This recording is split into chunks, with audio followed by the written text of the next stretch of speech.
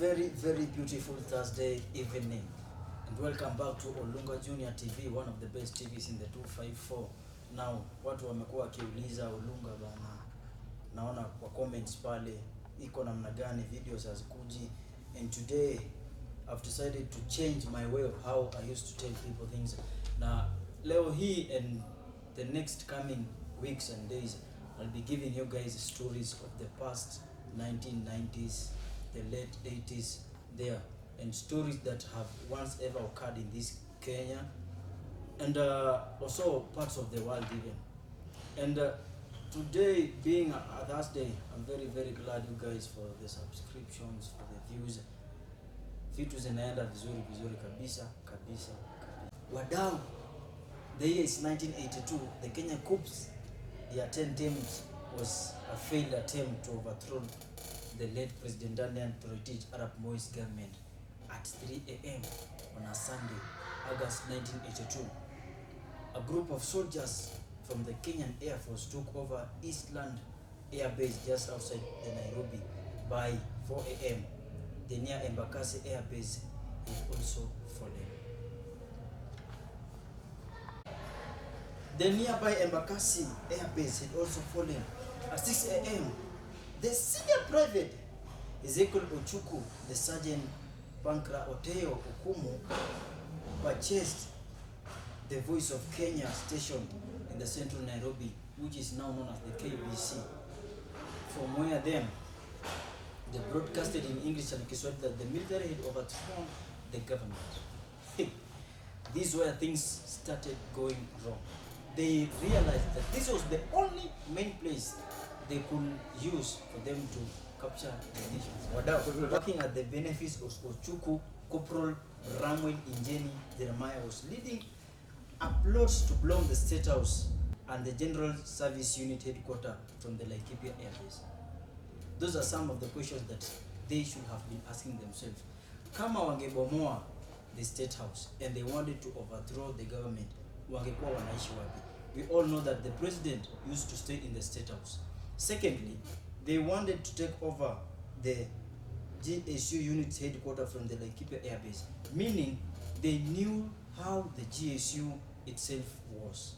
Corporal Jeremiah forced the 3 pilots, that was Major David Mutua, Amkamba, Captain John Mungwanyi, and Captain Boaz Baraza to fly 2 F-5E Tiger jets and striking master what could be used for the mission. However, Major Mutua was aware that Corporal Jeremiah had never flown a jet before and would likely not to be able to cope with the G-force.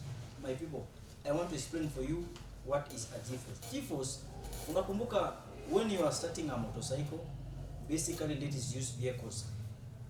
When the speed is around 120, around 100 to 180 degrees, kilometers per hour, sorry, there is always a certain force that pushes someone backwards. So this in the G fight state, when we use the G forces at around 7 to 8 G forces, the jet will always go at a higher speed, whereby when you are not in a train mission, you can't be able to control yourself, whereby you won't be able to focus.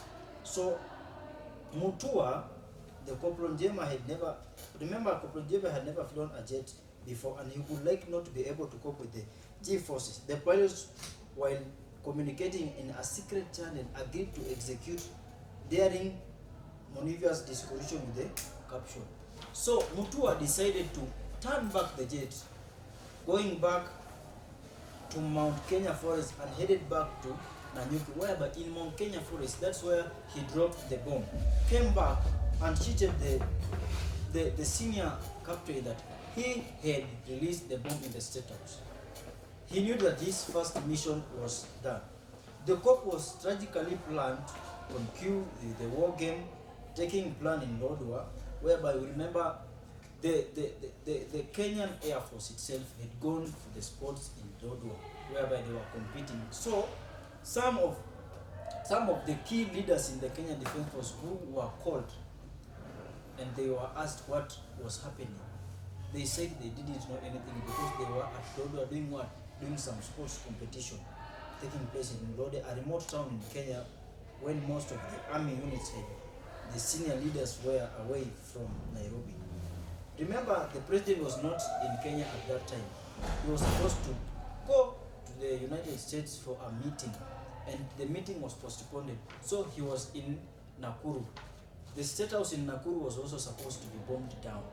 And when he heard the message, he decided to come back to Kenya, to Nairobi, and see what was happening.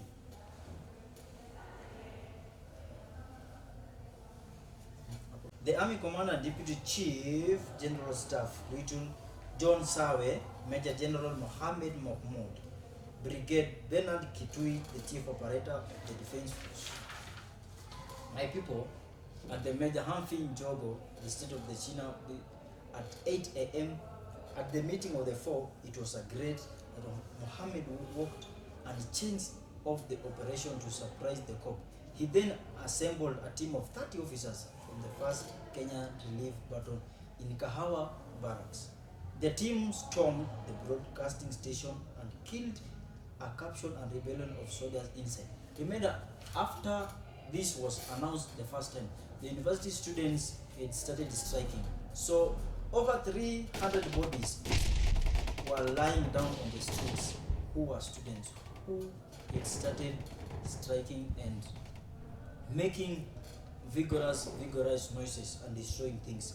So when Mohammed Mahmoud went back to the Voice of Kenya, that is the Vogue, he found the presenter and had to change the statements which were written, and he forced him to read back the previous ones that he had written. The team stormed the broadcasting station and killed or captured the rebellion soldiers inside. The soldiers managed to escape, but one was shot down. Leonard Botela, a broadcaster who had earlier been captured by the Uchuka, to announce the coup went on air to report that the rebellion had been defeated and Moi was back in power. With the help of the General's Service Unit and the late Brigade Police, Mohammed gained control of Nairobi, causing the Air Force rebel to flee. Ezekiel Uchuka, who ranked the senior private grade 1, was the second lowest rank in the Kenyan military. Guys, you can imagine that one of the second lowest person in the military is the one who wanted to overthrow or to overtake the government, which means he never had a straight strategic plan. And remember, when he went back to Nakuru, he had some people that he had asked to help him in this, but walimruka at the end last. And he had to take a plane back to Tanzania. After being extradited back to Kenya, he was tried and found guilty of leading the coup attempt and was hung in 1987. He was the last person to be hung in 1987 after the constitution overthrew the way that people should be hung after doing the mistake. Also implicating in the coup attempt were Jaramogi Oginga Odinga and the former Vice President Jomo Kenyatta, Moise Procida, and his son Raila Amolo Odinga.